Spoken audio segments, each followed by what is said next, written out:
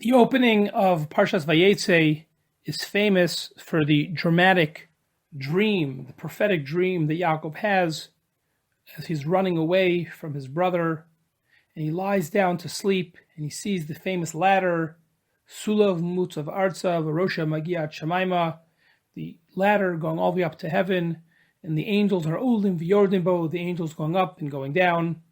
And in the aftermath, in the culmination of that incredible and inspiring prophetic dream, we read towards the end of Perek Chav Ches how Yaakov wakes up and he takes a vow. V'yider Yaakov neder lemor, im yihyeh Elokim imadi, if Hashem will be with me, ushmarani b'derech hazeh, he'll guard me on this way, asher anochi holech, this way that I'm going.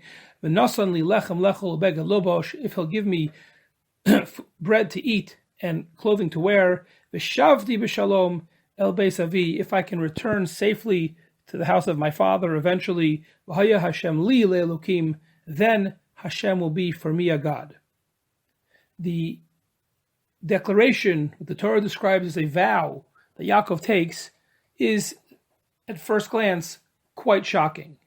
It certainly seems like he's making his commitment to Hashem, that which he completes his neder with. V'haya Hashem li le'elokim, that God will be my God, Hashem will be my God. It certainly seems like he's making that conditional on Hashem giving him good things in the previous pasuk.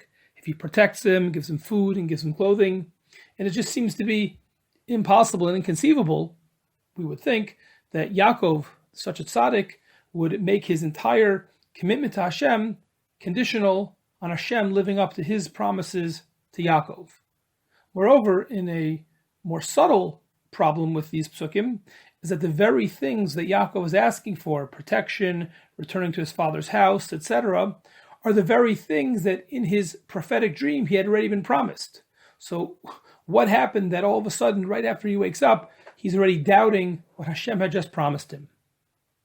Basically, there are two approaches in the Mefarshim to try to understand what Yaakov is doing in these psukim generally, and specifically what is meant by that climactic declaration, V'haya Hashem li le'elokim.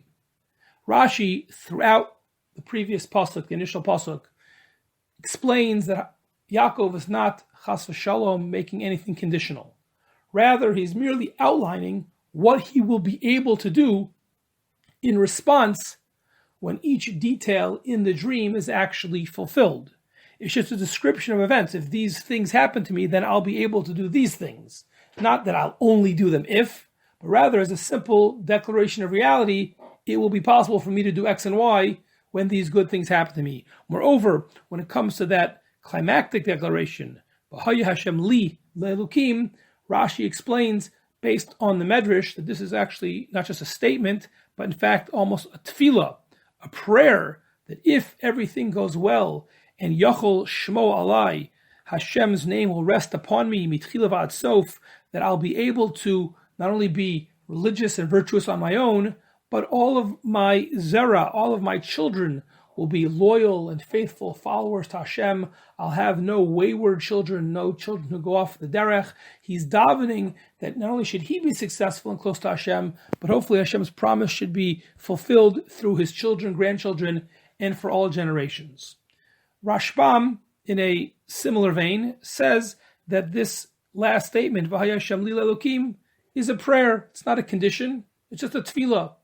Moreover, the Sforno also, keeping in this vein, explains that the various phrases that Yaakov mentioned are requests, each in their own way, for Hashem to remove various physical impediments which could become problems when it comes to spiritual growth.